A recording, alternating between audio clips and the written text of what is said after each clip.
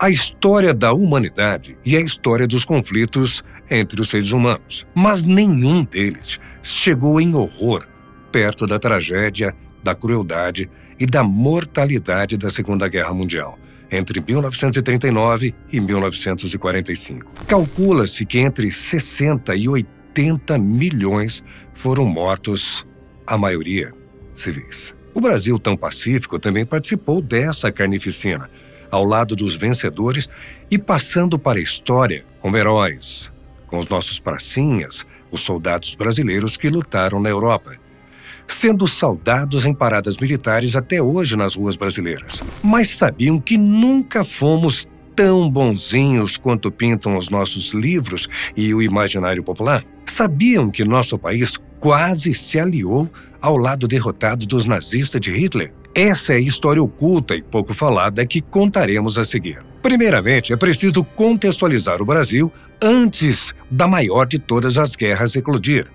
Antes mesmo de Adolf Hitler e seus assécalas chegarem ao poder na Alemanha. Com o fim do Império, após a deposição de Pedro II e a expulsão da família real do Brasil no fim do século XIX, o país, já sob uma república inicialmente, teve 2 generais no poder, os marechais Deodoro da Fonseca e Floriano Peixoto. O primeiro civil eleito para presidente brasileiro foi Prudente de Moraes em 1894, dando início a uma sucessão de trocas no poder entre mineiros e paulistas, e uma aliança entre os 2 estados mais ricos na época. Essa troca ficou conhecida como política do café com leite, e seguiu firme embora todas as suspeitas de fraude eleitorais graves e votos de cabresto, aquele que o eleitor acaba sendo obrigado a votar em um candidato já escolhido por coronéis ou patrões. Apesar de revoltas populares eclodidas aqui e ali,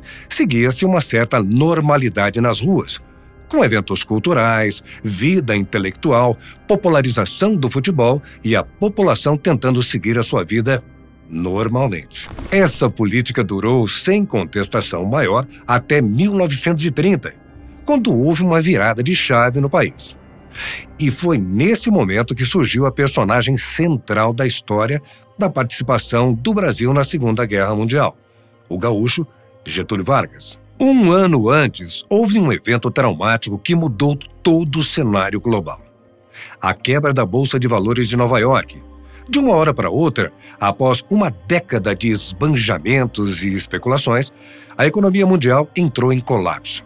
Fortunas derreteram e países entraram em pânico. No Brasil não foi diferente. A República Velha vivia da exportação de produtos agrícolas, como o açúcar, cacau e principalmente o café.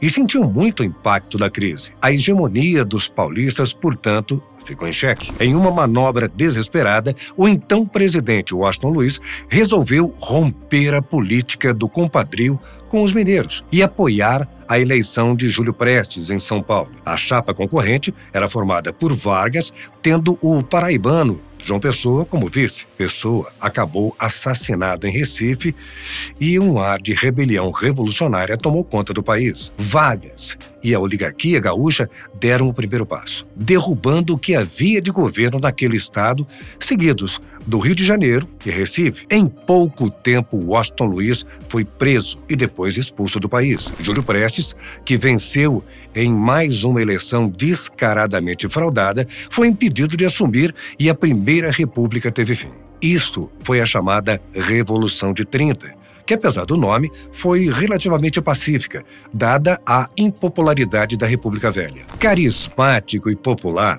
Vargas assume o poder ao ser recebido no Rio de Janeiro como herói nacional, tornando-se chefe de um novo governo que deveria ser provisório. Vargas vinha de uma linhagem política que flertava com o caudilismo latino-americano, de viés autoritário e antiliberal. E é aqui que precisamos dar uma volta no mundo para ampliar nossa visão. Deposições de governos no mesmo período aconteceram em várias partes do mundo por causa da consequência da crise da Bolsa Americana. Nossos vizinhos, como a Argentina, por exemplo, não escaparam. Assim como a Europa, que já tinha inclusive um modelo a ser seguido: o fascismo italiano de Benito Mussolini. Embora tenha chegado ao poder em 1922 como primeiro-ministro de um país monárquico, pouco a pouco, Mussolini foi tomando mais poder para si, tornando-se autoritário e populista, realizando marchas públicas, perseguição a inimigos e tomando controle absoluto da imprensa. A crise do capitalismo mundial, após 1929,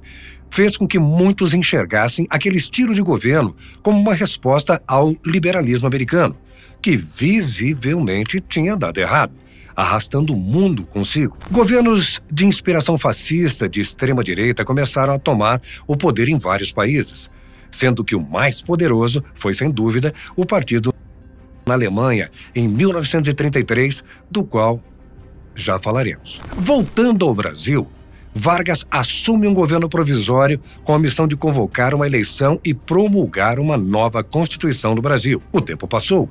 O gaúcho gostou do poder e enrolou os políticos e a elite brasileira enquanto ganhava tempo e realizava mudanças estruturais no país, ao tentar industrializar a nação com força estatal para depender menos dos oligarcas agrícolas. Em 1932, eclode uma revolta em São Paulo, exigindo que o país finalmente tivesse uma Constituição nova, já que a existente até então, a de 1891, foi cancelada em 1930, deixando Vargas governar livremente por decreto e sem poder legislativo para controlar. A Revolução Constitucionalista de 1932 foi facilmente esmagada. Vargas, que fazia jogo duplo, ao acenar ao sindicalismo com medidas de proteção ao trabalho e à direita ao deixar-se bajular pelo movimento integralista, de inspiração fascista, até nos trajes que usava em suas exibições públicas, controlou a situação até 1934, quando uma Constituição foi finalmente promulgada,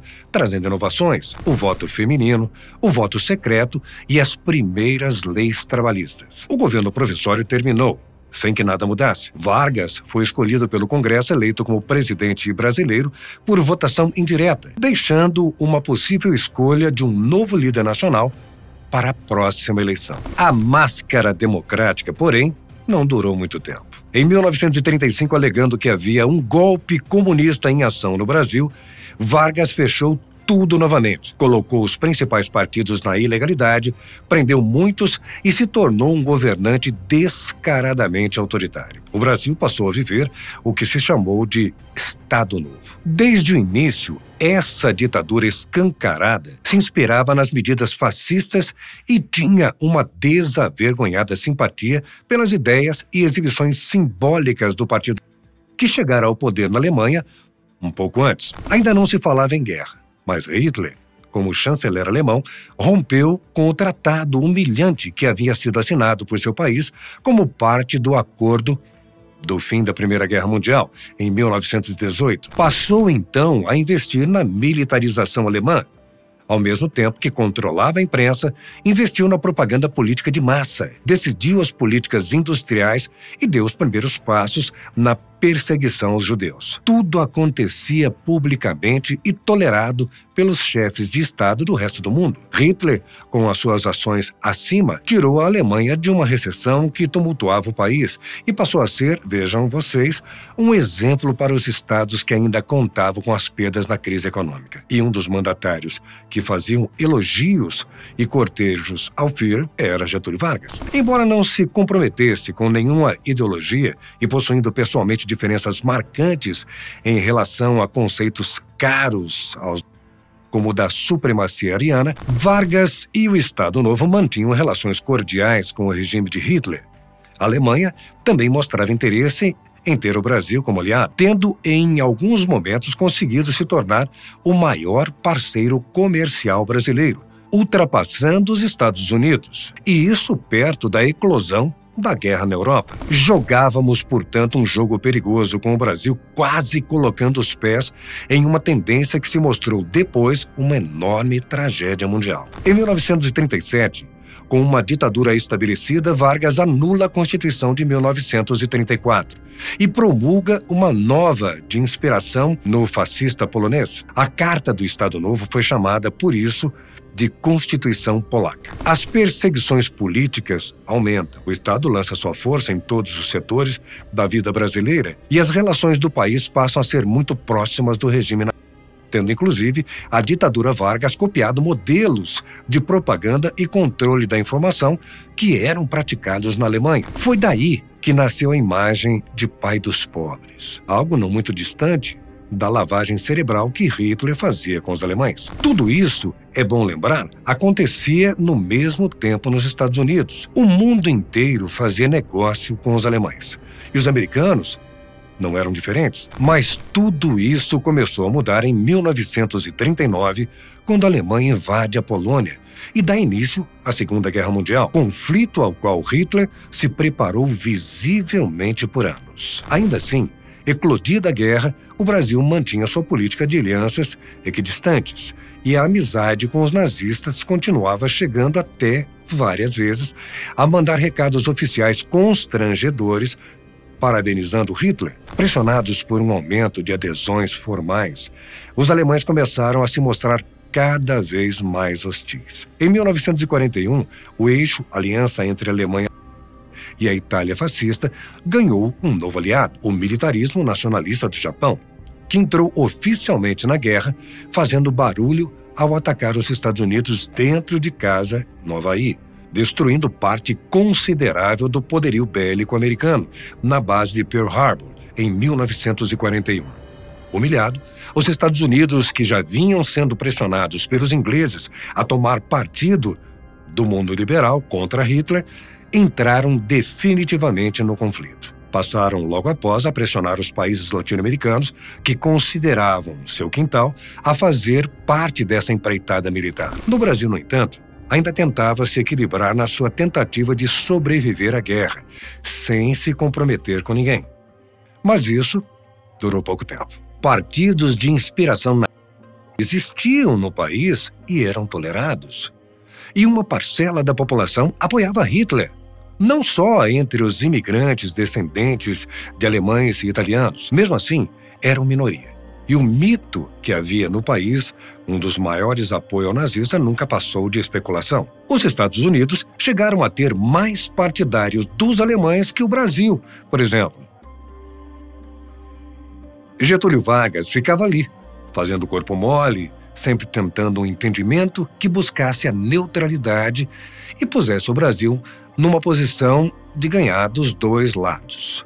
Os contudo, que haviam construído uma das maiores forças militares da história, passaram a pressionar os mares do mundo e atacar qualquer um que fizesse negócio com seus adversários do conflito, que piorava a cada dia, já com milhões de mortos. A guerra se espalhava, inclusive, da Europa e atingiu também o norte da África, o Oriente Médio, com o apoio do exército italiano, e a Ásia, com as ações japonesas imperialistas. Vargas, então, só saiu do seu comodismo quando o Brasil foi finalmente atacado pelos alemães. Em 1942, submarinos nazistas torpedearam um navio brasileiro, Baipende, quando navegava pela costa do Sergipe, deixando 270 mortos.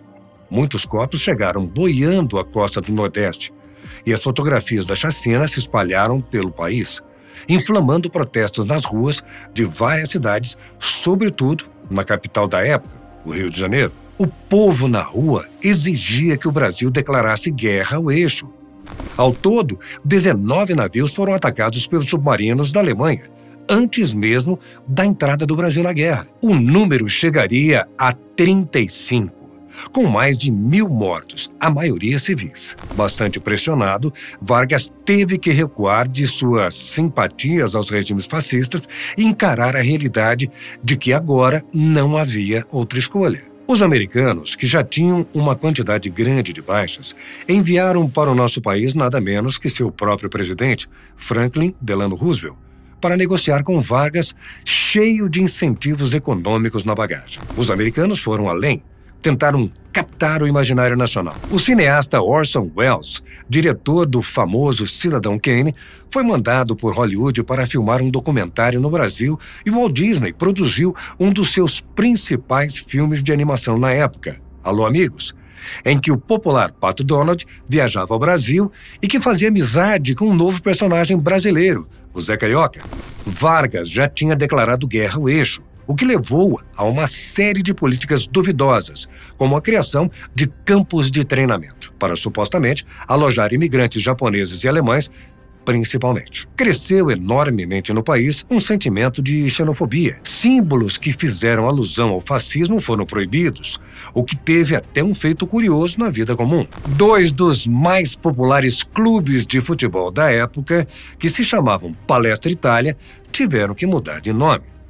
Surgiam dali o Palmeiras, em São Paulo, e o Cruzeiro, em Minas Gerais. E ainda houve outro episódio bastante controverso. Como o Japão proibiu a venda de borracha de países asiáticos para nações que lutavam contra o eixo, os olhos do mundo se voltaram mais uma vez para a extração amazônica. Os esforços de guerra necessitavam de tanta borracha que os seringueiros existentes, então em decadência, não deram conta da demanda. O governo Vargas colocou em prática uma política de incentivo à migração de trabalhadores rurais de várias partes do país, maioria do Nordeste, prometendo mundos e fundos para quem participasse da empreitada. Foram chamados de soldados da borracha.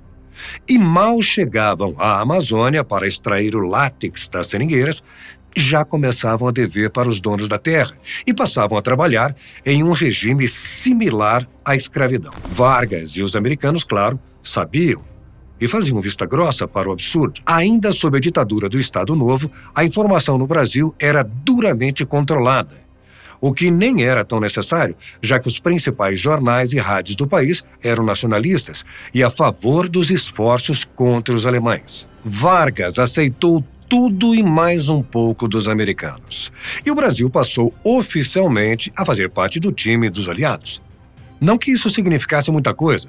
Os Estados Unidos sabiam que os brasileiros não tinham um exército organizado e precisariam de muito treinamento até serem enviados ao conflito do outro lado do mundo. Nascia então a Força Expedicionária Brasileira, FEB, cujo símbolo era uma cobra fumando, uma referência a um comentário de um jornal da época que disse ser mais fácil uma cobra fumar do que o país entrar em guerra. Nossos soldados treinaram por meses nos Estados Unidos e em bases no Nordeste, mas só foram mesmo para a Europa em 1944. Os quase 25 mil pracinhas, como eram chamados, chegaram em uma situação, aliás, confortável na Itália, com o país tomado pelas tropas americanas e o ditador Benito Mussolini preso. Depoimentos e registros da FEB mostram que os soldados tiveram uma folga inesperada no início, servindo como patrulha de vilas pacificadas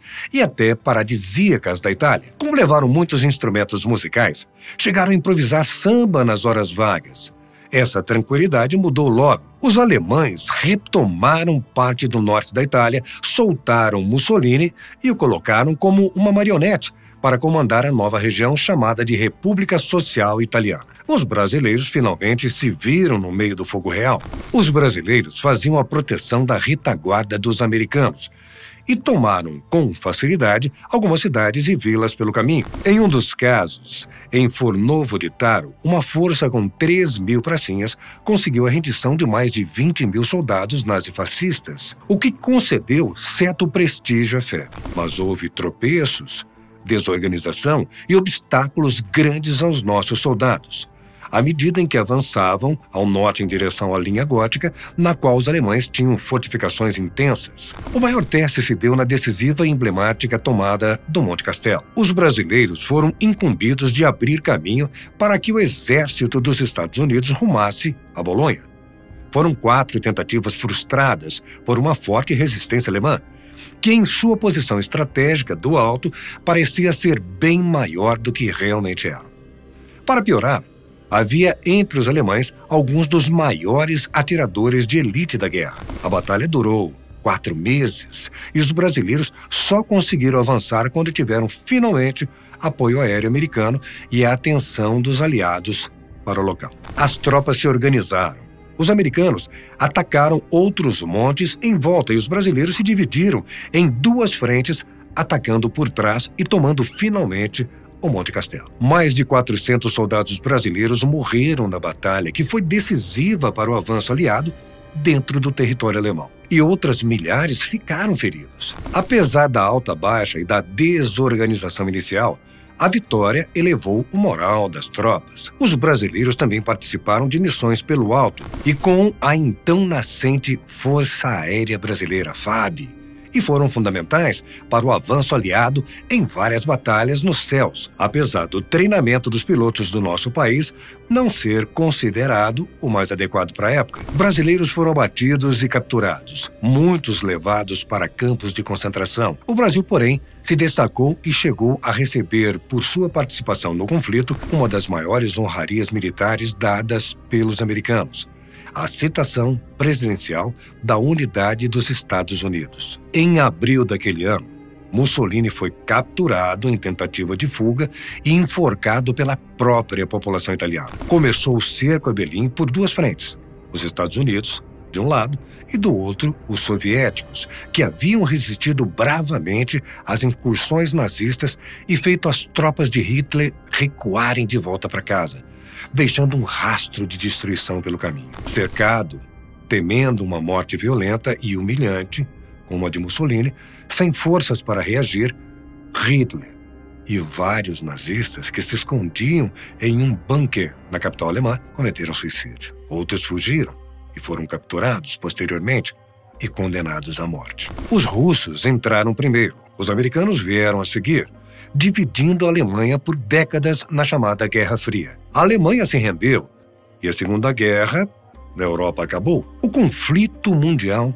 chegaria ao fim, definitivamente, poucos meses depois, quando os americanos jogaram bombas atômicas pela primeira e única vez na história em cidades do Japão que ainda resistiam no Pacífico. Os soldados brasileiros retornaram para casa em junho de 1945, a bordo do navio americano USS MC Meigs. Desembarcaram como heróis no Rio de Janeiro, com paradas de comemoração, reunindo milhares de pessoas. Passada a euforia, contudo, os pracinhas foram sendo esquecidos. Muitos tiveram dificuldade em retornar à vida civil e encontrar empregos por estarem feridos e traumatizados pelas batalhas. Foram abandonados por Getúlio Vargas, que, aliás, cairia logo depois. O ditador renunciou, o Estado Novo chegou ao fim e a democracia voltou ao Brasil por um período de 20 anos. Vargas retornaria em 1951 pelo voto popular, mas pressionado por suspeitas em seu entorno, cometeu suicídio com um tiro no peito em 1954. Ao todo, 1.500 soldados brasileiros morreram na Segunda Guerra Mundial, sendo que apenas um terço morreu diretamente no campo de batalhas. Uma perda que ainda hoje nós, brasileiros, nos lembramos, honrando a memória dos que lutaram contra a força nazista e do fascismo em solo estrangeiro.